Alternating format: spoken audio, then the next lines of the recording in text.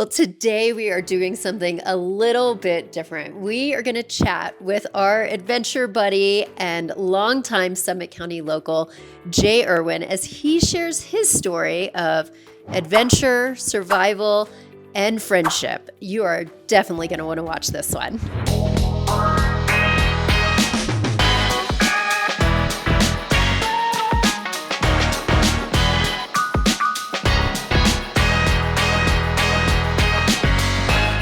My name is Lisa, and this is Stephanie, and we shoot videos every week telling about the lifestyles here in Summit County and the Vail Valley and real estate. So please hit that subscribe button below so you do not miss any of our upcoming videos. So I was lucky enough to meet Jay last winter. A friend introduced us and we had an amazing ski day over at Loveland. So that was really fun and really neat to be toured around by all your friends. We just kind of showed up, not my regular ski mountain, but your friends really seemed to come out of the woodwork and took really good care of us that day. So that was awesome.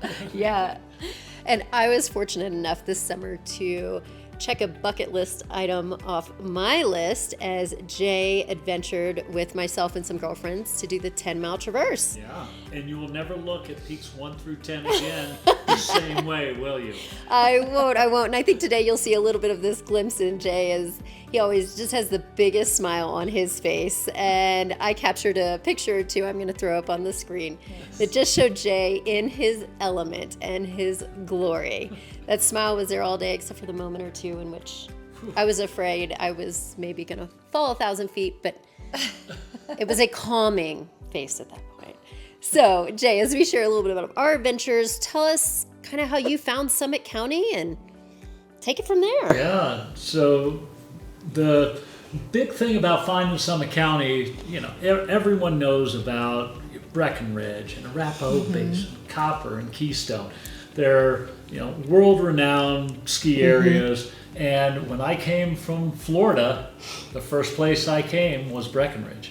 And went and skied there and was just absolutely blown away and smitten by it. So I was a college student, had a van. I drove my van up and would spend almost every weekend up here skiing. That's awesome. Living in the van underneath the Kmart sleeping bag. Love it. Love and then it. you transitioned pretty quickly into just all of a sudden finding yourself living up here after your kids graduated college, right? Yeah. And then you're living here full time. Absolutely. So I'd That's always awesome. wanted to live up here. And when my daughter was my last one, went off to college, I said, sayonara, enjoy your time in college. I'm moving to the mountains. Nice. And she said, that's perfect. Because, I've got a place to stay, bring my friends. Yep. So, yes, moved up here about 6 years ago, and it has been nothing short of just fantastic. The friends I've made, the experiences that I've had, the people that I've met up here, and the adventures that I've had have just been phenomenal. And so tell us more about some of your first adventure buddies and how that all got started for you. Yeah, it was always the people from the Front Range that I'd come up with to adventure, but the first people that I met that lived here and really had a life here, their kids went to school, they and their wives worked in town, all of The locals. the true locals, Yep. Everyone's got a job, Right? So I was up heliskiing in British Columbia in a place called Revelstoke, and we got onto a helicopter, and as you know, they usually put people of like abilities together. Right. So all of a sudden we get two guys that pop in with us, and we're a group of 4, and all of a sudden I meet these guys and we find out here we are 1,000 miles away in British Columbia. They live 60 miles from us.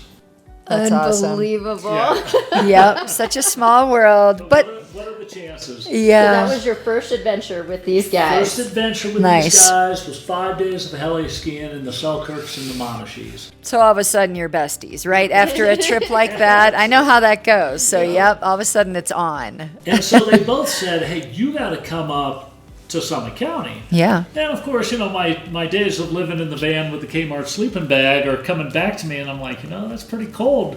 And they go, hey, we've got a couch for you.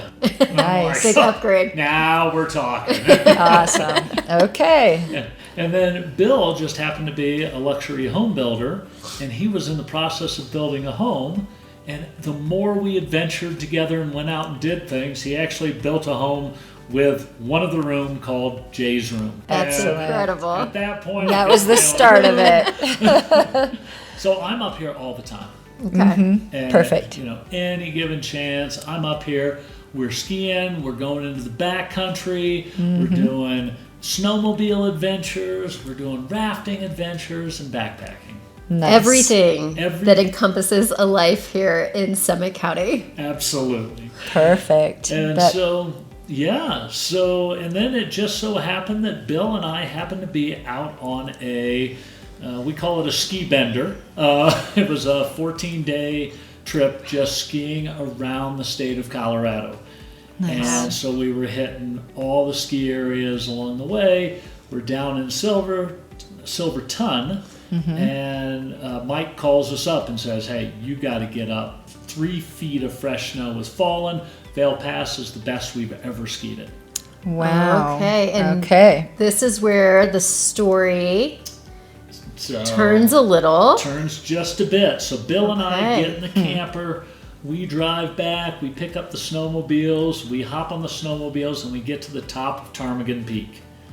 And we're standing there at the top of Ptarmigan Peak, and it's one of those beautiful bluebird Colorado days. Oh, Yeah. real dream of. Blue skies, 36 inches of fresh powder over the last few days, and it's all untouched. The perfect scenario. And we always would say, nothing is worth your life.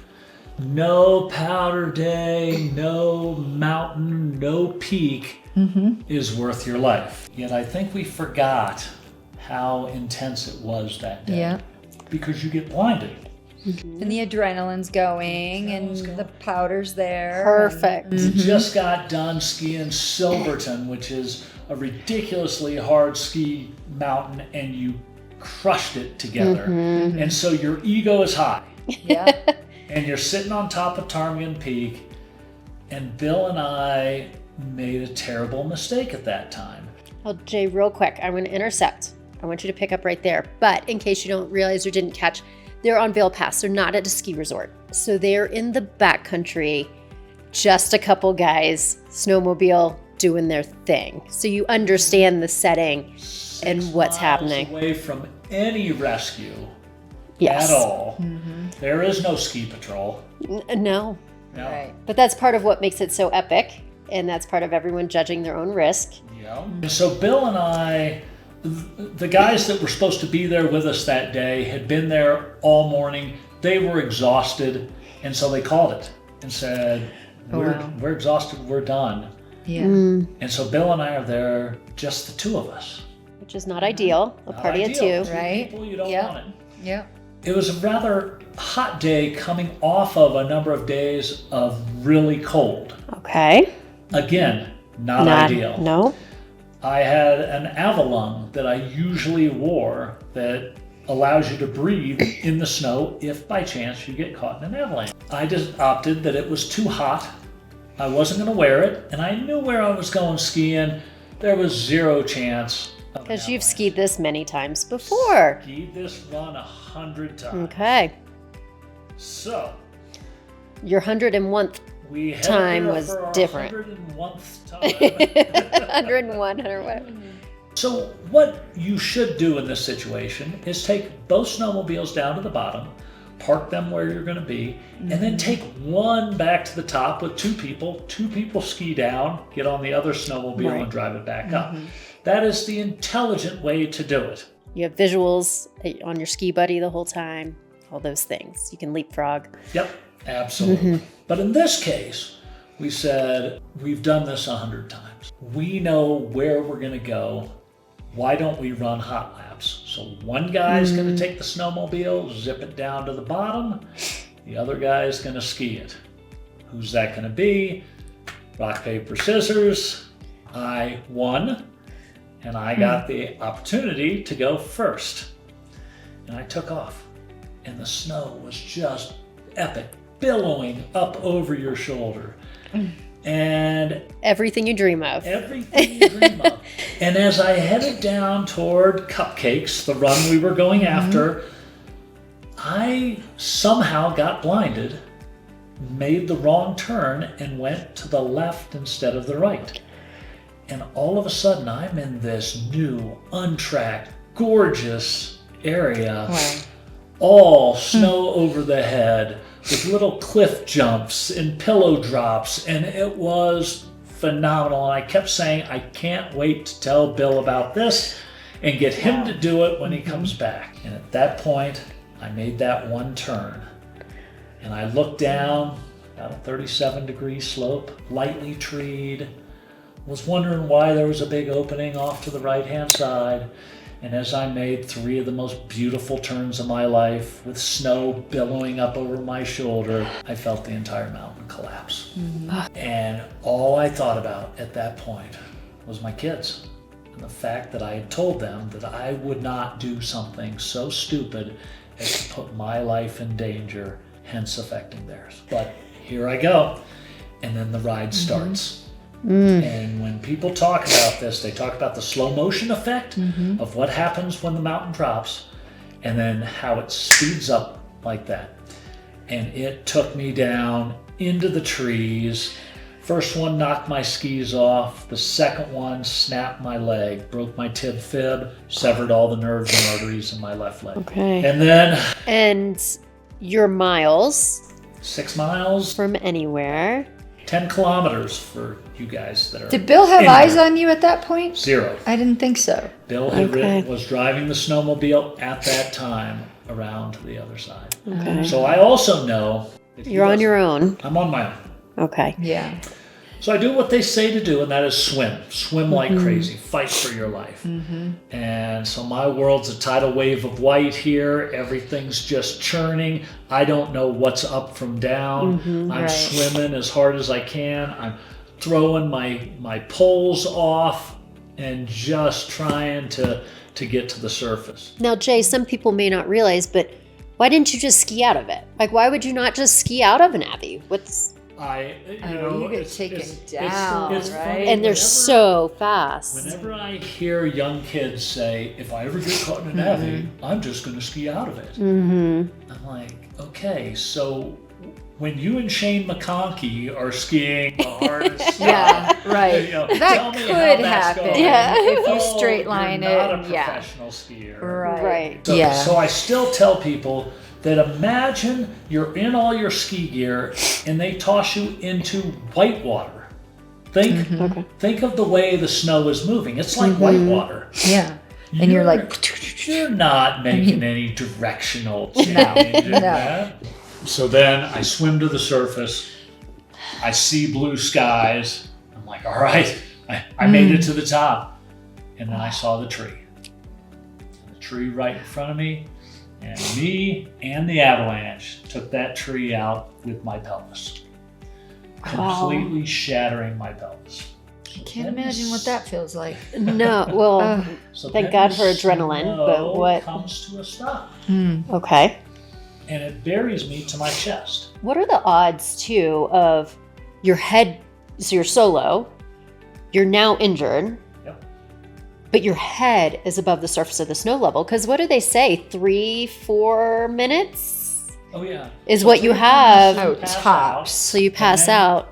At 15 minutes, you have a 50-50 chance of survival, and it drops exponentially. And that's if Correct. somebody finds you. If within someone that finds you, time, but you're nobody solo. even saw you get buried. Bill's Right. a couple hundred feet below and doesn't. So the know fact Doesn't that your know. head is out is amazing. That's amazing, right? You now have a But chance. But then I know how these things work.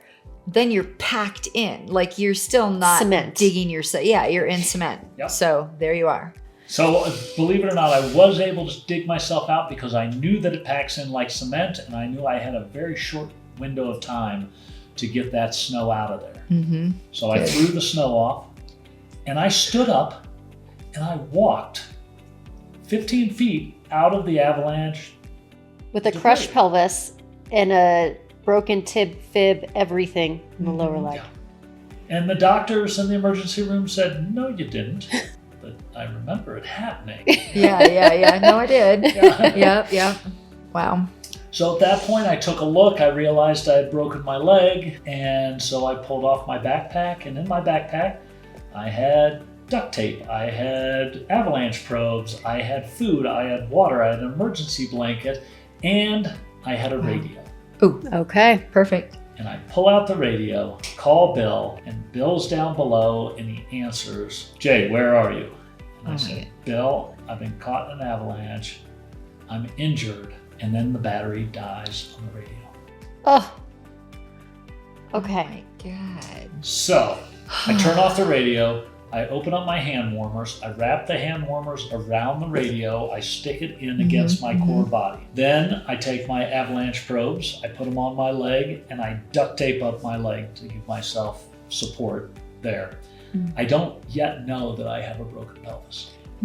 Okay. But Yep. Adrenaline's a good thing. Adrenaline's a good thing. And I know I've sent enough of a message to Bill to know, hey, there's a problem. Yeah. Correct. For So, sure. Good. About 10 minutes God. later, Did you I have- go and I check my radio again, and sure enough, it's the heat has helped. Yeah. It's back on. I talked to Bill. Hey, I don't know how much longer I have on this. I'm going to keep the radio short. I'm about 100 meters to the left of Cupcakes. And I said, I think I see my skis down below, and I'm thinking I'm going to go get them and ski out. Right. No. Wrong. So I go down. They aren't my skis, they're my poles. But I get my poles on, and I said, hey, I'm thinking about walking out of here. And Bill says, there's been 10 feet of snow, 3 in the past week here. That is not happening. You don't know where you're at, and you're not sounding great. Says, I'm going to call rank here. Yeah. I'm going to go up to the top of Ptarmigan Peak, and I'm calling search and rescue. Good. And I'm calling our buddies, Yeah. and we're going to come back. We're going to find you. Okay. He Wow. goes, you work on staying warm. Wow. Okay. So you're left by yourself for. Do you have any concept of how long he was gone? Oh yeah. It's 2:15 in the afternoon when I'm there, when it happened. They did not find me until almost dark. It was just before 5 p.m. And 2 hours And that's when Bill found you? So that's when Bill and the crew ended found up you. finding me. So Bill led everyone down in So the middle where of are the you- night. Where are you mentally, emotionally, a few hours by yourself? because there's no way you can stay warm. Like you're not warm. You're in right? shock. You're Definitely not warm, going hypothermic. hypothermic. I brought out the shovel. I dug a snow cave. Mm-hmm. I was ready to spend the night if I had to. Yet I'm also getting really cold.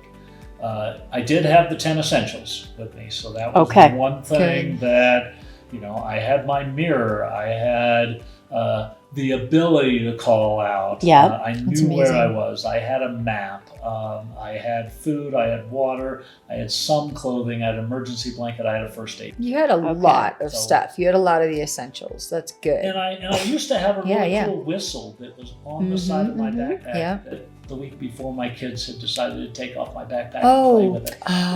Well, now a lot of the jackets have whistles on the Built in. zipper. Yeah. Yeah. Nonetheless, mentally, I videotaped myself numerous times throughout, talking into the camera.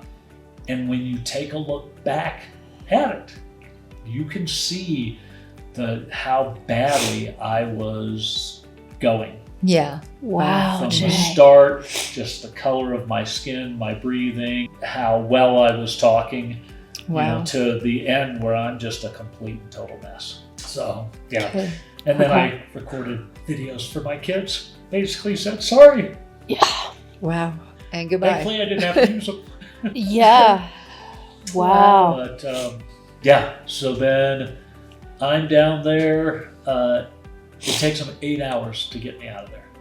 So for search and rescue to get you out. Search and rescue. But your buddies arrive back. And what happens kind of once your friends get to you, right? Because friendship and who you choose to adventure with, and that's such a key component, because this is really only chapter 1. of Jay's story today. And so a concise version of kind of what happens when Bill and the guys get to you until search and rescue gets there. Right. So first thing they did, got me warm. So Andrew, Eric, and Mark were the first on scene to find me. They were Loveland Ski Patrol and friends of Bill's. Cool. Bill built Drew's dad's house. So, Okay, nice. And then Bill comes behind them with search and rescue, but they give me jackets. They, put things on me. Bill came in, built a fire, and got the fire going to keep me That's warm. awesome. And then I remember middle of the night, and we're waiting. It's 6 hours into this ordeal, and Bill lays down on top of me, and he's like, "Whatever it takes to keep you alive, man." And I remember vividly saying to him, "Bill, if you ever need anything, anything at all, Yep. you let me know. Yeah. I'll do anything." And you owe know you my mean life. that, right? From the bottom of your heart. Right. You're just like, I will do anything. Yep. That's But awesome. what can you possibly do? There's nothing you can do Nothing you can do, right? for someone that has saved your life. I mean, the other guys, I got them like gift certificates to Alpenglow ski shop. But with Bill, it was like, there's nothing. He came to the hospital. He walked me through my surgeries. He was there for me when I was recovering, and I didn't walk for 12 weeks. Right. So, not to get too far ahead of ourselves, but you're by yourself, then the guys come, they help you survive until search and rescue gets there. Yep. Then you have that journey out Yep. with search and rescue. So they bundle me up, they put me on a sled, they bring me down to a snowcat. Snowcat then brings me out. Wow. And what a shout out to our search and rescue volunteers. The lives they save Oh yeah. annually, weekly is incredible. And we never think we're going to be the one receiving that care. Yeah. Right. So, 14 Darwinism, Right. one. yeah, you never think you're going to be the one. They hate it when I say that. But wow, they put their lives in danger and they do so much for us. And so shout out to them. And I remember saying, hey, it's because of me that you guys are missing dinner with your families. Yeah. Oh, that's And, fun. and it's true. I mean, my bad decision making made all of them come out that night. So then search and rescue brings me out. We get into a snowcat to the ambulance. I'm highly hypothermic. Quick drop down to Vail Valley Medical Center, and I'm on cold steel and bright lights. They're slicing open my leg. They're taking my pelvis apart. It was 7 days, 4 surgeries, and they got me all put back together. I'm filled with more metal than an airport metal detector likes to see. Wow. Okay. But now I can start the healing process. And that's really where Bill and Mike came, saw me at the hospital, spent time with me, and then as I needed help getting back on my feet, they were there for me. So 12 weeks later, I'm now walking again, which means that, of course, I had to be back on the snowmobile, and we took the snowmobile back to Ptarmigan Peak just to check it out. I did not actually go skiing, but I did ride the snowmobile there. Wow, that's That incredible. must have been 12 pretty weeks later. emotional. It was a bit emotional. I'm sure. Yes. Yeah. And then in the summertime, I went back and found my skis. Which Oh, great. was, again, That's a bit awesome. emotional. Yeah, I'm sure. But so then through the years, Bill and I continued our friendship, and I would stay at his house. We would have dinner with his family, rafting, biking, cross-country skiing, backcountry skiing, all of it. We spent so much time together just doing stuff. I love it. And I'm sure that bond was just strengthened by the unfortunate experience you guys had together. Indeed. But isn't that the case, right? Some of your best friends are the ones that you've suffered with the most. Yeah, I thought definitely. about that, between peak 3 and peak 4, that, hey, we're going to be friends for life after this one. We are, because you talked me over that rock that I didn't know how I was going to make it over that ledge. Eesh, that's scary. Oh, man. So anyhow, 11 years later, after that experience, Bill and I had, remained friends and spent time, but he called me up on the phone and said, "Hey, Jay, I'd like you to take you up on that offer of if there's ever anything I can do, let me know." And I said, "Not a problem, man. What do you need? You need a place to stay? You need a Right. ride to the airport? Maybe a lasagna?" Right. He said, "Nope, I need your left kidney." Wow. And Bill had suffered from chronic kidney disease. He had also taken a shot to his kidney one time when he was skiing, and his kidneys quit functioning, and he was getting to the point where he was going to have to go on dialysis. Some people think dialysis is a cure for kidney disease. It is quite the opposite. It is a death sentence, and you have a certain amount of time to get off of dialysis before that happens. Wow. So before he went on dialysis, and it was months before I was able to donate my kidney to Bill. And So- we were a match. Full circle. Yeah, you were a match. Yeah. Okay, you didn't even know that you were a match. Nope. Wow. You meet this guy in British Columbia randomly on a helicopter skiing in the back. Realize you live close to each other. So become adventure buddies here in Summit. Have this horrific avalanche story in which he saves your life. Yep. Now 11 years later, you are a match when he needs a kidney. Yep. You couldn't write that script. You can't write that script. No. Wow. And then what was really interesting though, as soon as I realized that I was going to donate my kidney to him, then I went out and focused on what does it require to give a healthy kidney. Yeah.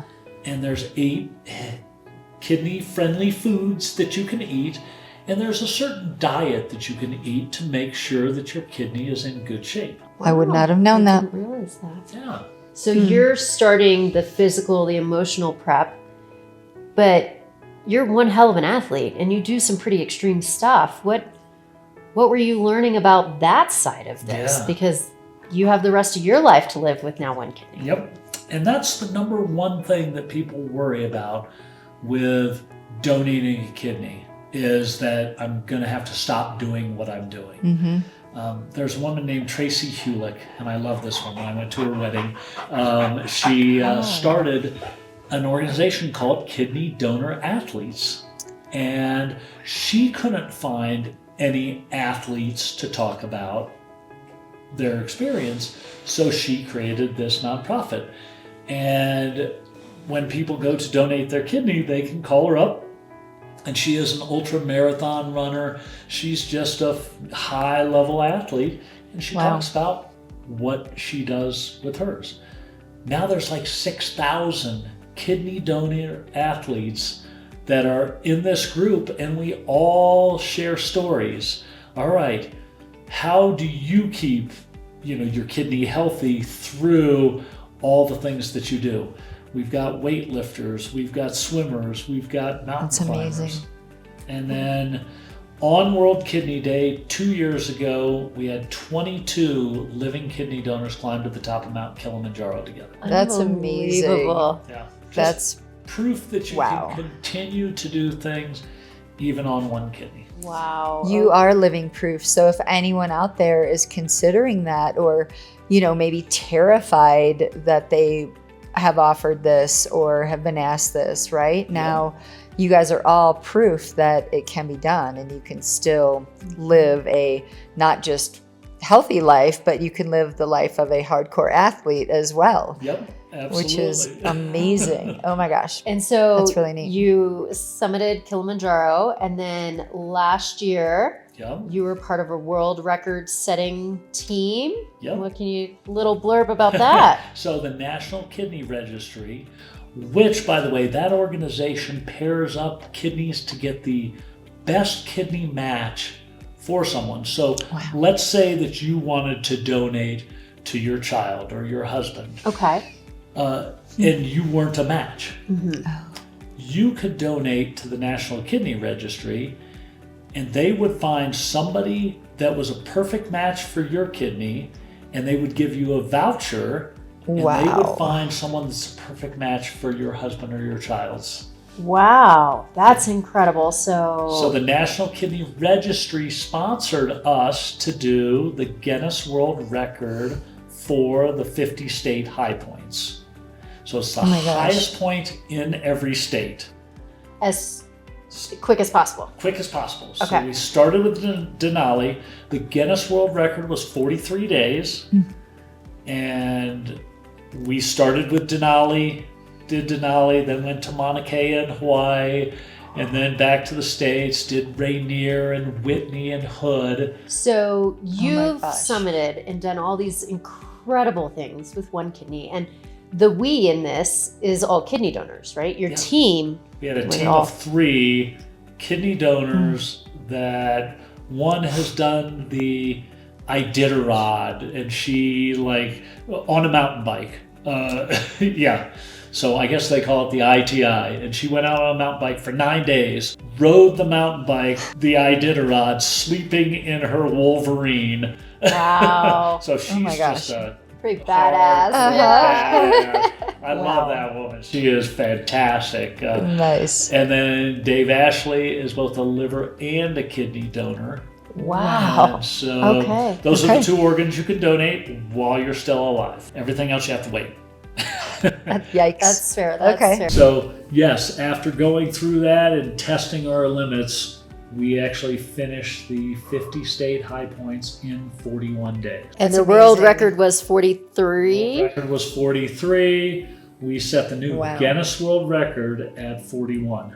That's Amazing. incredible. Congratulations. And Yeah. what a So you testament. are in the Guinness World Book of Records. I Yeah. always wanted to be in that. That's awesome. Very cool. And to Wow. be clear, Dave Ashley, our team captain, is the one listed because he did all of them. Mm-hmm. I did 37 of them, and then quite honestly had to, for my own safety, know when it was time to pull the plug. Okay, good. And when I was Yeah. wandering around aimlessly in the middle of the night one time, I went, I think it's time to. Yeah, no, 37 is plenty. Yeah. That is what we Yeah. want. We So, we You were supported support. Dave the rest of the way. oh, that's awesome.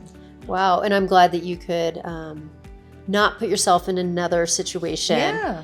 Your kids That- probably appreciated that. Kids appreciate that Yeah, one too. yeah, yeah. Yes, yes. We That's were always amazing. learning and growing. Yes. So, You know? well, wow. There's so much to your story, and I know we've just shared the Cliff Notes version, but we're going to definitely, in the comments below this video, we are going to put some of the links for the Kidney Donor Athletes, Kidney Donor Registry, the World Record story, Kilimanjaro, all that information will be in the links. So if you're interested in any of that, more Jay's story, donating, education, we will have all that information there. Or adventuring in Summit County. Or adventuring Exactly. in Summit County. Yeah. And lots of lessons regarding adventuring in Summit County to be had today. Have an incredible time. We live in a phenomenal place. But get your certifications, get your courses, be smart about what and who you take with you Yep. on these adventures. But let's face it, Steph, this is a smart guy, and I don't care. I've been out there in the backcountry a million times, and no matter Stuff how happens. smart you are and who you're with, accidents still happen, right? So, I mean, They do. yeah, so you do have to be prepared for really anything, no matter how elite of athletes you're with, too. So, These Yeah. mountains are bigger than we are. No doubt. Yep. No doubt. Yes, they are. Mother Nature, Mother Nature. They allow Right? you to adventure in them.